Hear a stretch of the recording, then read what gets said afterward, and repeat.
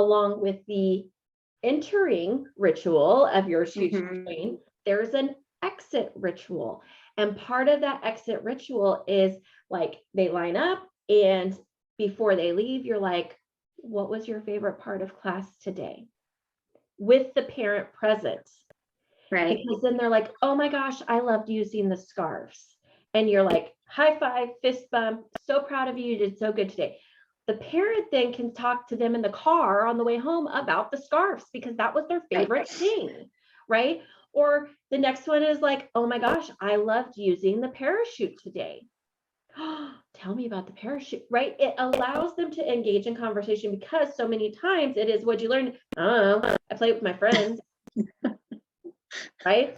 And so again, it's all these, I call them little love taps. It's these little love reminders that we're working inside our classroom, and it allows the child to say, that was my favorite thing today, right? And like focus on the good, not the, I didn't do 3 of the 5 things, Right. but my favorite thing today was XYZ, right? And so it's getting them to kind of do that and pull it. And for those kiddos who are more reserved and a little shy at the moment, right? You could say like, okay. And they're like, and I always say, okay, well, let's see. Today we did the Wally the Whale dance.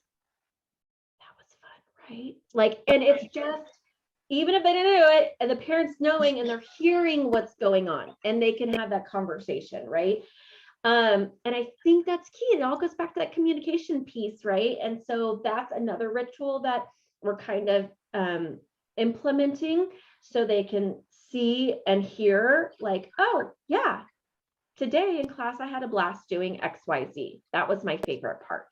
And it allows conversations, and that those conversations, because that parent feels like, oh, I know what's going on, retention is higher because they feel connected.